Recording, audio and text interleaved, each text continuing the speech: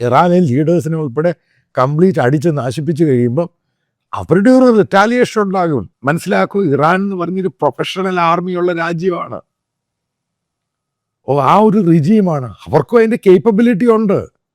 ഒരിക്കലും ഒരു വാർ one side അല്ല. അമേരിക്കയ്ക്ക് ഒരു പ്രശ്നവുമില്ല. എന്താ കാര്യം? കാരണം ഈ പറയുന്ന സാധനങ്ങളൊന്നും അമേരിക്കയിൽ എത്തത്തില്ല. അത് ഏകദേശം 14,000 കിലോമീറ്റർ ദൂരെയാണ്. പക്ഷെ ഈ രാജ്യങ്ങളുടെ സെക്യൂരിറ്റി അമേരിക്കയുടെ വേണം. മനസ്സിലാക്കുക, ഇതിനകത്ത് ഈ വാറിന് ശേഷം ഈ പറയുന്ന അറബ് രാജ്യങ്ങൾ മുഴുവനും എബ്രഹാം അക്കോർഡിൽ സൈൻ മാത്രമല്ല, ഇവരുടെയൊക്കെ ഒരു സുപ്പീരിയർ ലീഡറായിട്ട് ഇസ്രായേൽ മാറും.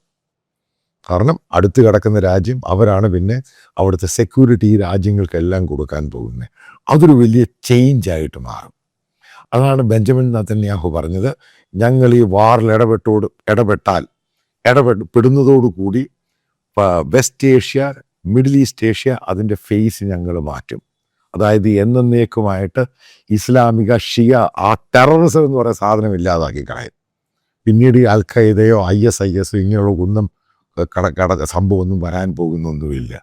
കാരണം അവരുടെ കൂടെ നിൽക്കുന്നത്. ഇന്ന് എങ്ങനെയാണ് മിഡിൽ ഈസ്റ്റ് ഏഷ്യൻ രാജ്യങ്ങൾ അമേരിക്കയുടെ കൂടെ നിൽക്കുന്നത്, അതേപോലെ ആയിരിക്കും വരാൻ പോകുന്ന 3, 4 മാസം 5 മാസം കഴിയുമ്പോൾ, അല്ലെങ്കിൽ 6 മാസം കഴിയുമ്പോൾ ഈ രാജ്യങ്ങളെല്ലാം പോയി സൈൻ ചെയ്യും ഇസ്രായേലിൻ്റെ കൂടെ. കാരണം അവരുടെ സെക്യൂരിറ്റിക്ക് വേണ്ടി സൈൻ ചെയ്യും.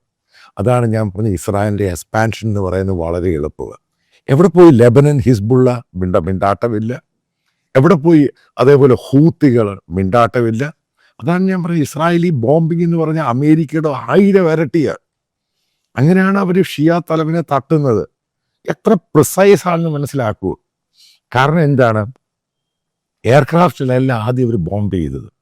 കാരണം എയർക്രാഫ്റ്റ് വരുന്നതിന് മുമ്പ് ഈ ശബ്ദം കേട്ട് മാറാൻ സാധ്യതയുണ്ട്. കാരണം ഇറാൻ്റെ മേളിൽ കൂടി ഇറാൻ്റെ എയർക്രാഫ്റ്റ് പോലും പറക്കുന്നില്ല. അപ്പോൾ എങ്ങനെയാണ് യുദ്ധവിമാനമാണ് നല്ല ശബ്ദവും. അപ്പോൾ എന്ത് ചെയ്തു, ഈ പറയുന്ന ക്രൂയിസ് മിസൈൽ, അതായത് ടോം ഹോക്സ് മിസൈൽ ആദ്യം പോയി ഹിറ്റ് ചെയ്തു. അതിൻ്റെ തൊട്ട് പുറകിൽ സമയം കൊടുത്തില്ല, ഇത് വന്ന് ബോംബം ചെയ്തു. ഇതാണ് അതിൻ്റെ കാര്യം എന്ന് പറയുന്നത്. അതാണ് പ്രിസിഷൻ എന്ന് പറയുന്ന, പ്രിസൈസ്ലി ആക്യുറേറ്റ് എന്ന് പറയുന്നത്. ഇതൊന്നും ഈ പറയുന്ന അറബ് രാജ്യങ്ങൾക്കില്ല. ഇനി ഇറാൻ എന്തുവാണ് ചെയ്യുന്നത്, ഈ പറയുന്ന ഹോട്ടല് ഇനി അറ്റാക്ക് ഉണ്ടാകും. അതായത് ഇറാൻ എന്ന് പറഞ്ഞാൽ അവരുടെ ഷോർട്ട് റേഞ്ച് മിസൈൽസും പ്രൊജക്ടൈൽസും ഒക്കെ വെച്ച് ഈ ദുബായിയുടെ ഹോട്ടലും ബഹ്റിൻ ഹോട്ടലും അവിടെ ആൾക്കാർ താമസിക്കുക, ആൾക്കാരെ മാക്സിമം ഭീഷണിപ്പെടുത്തുക. ചിലപ്പോൾ മരണങ്ങൾ സംഭവിക്കാം. ഒരു വാറിൻ്റെ അകത്ത് 2 സൈഡും ഉണ്ട്.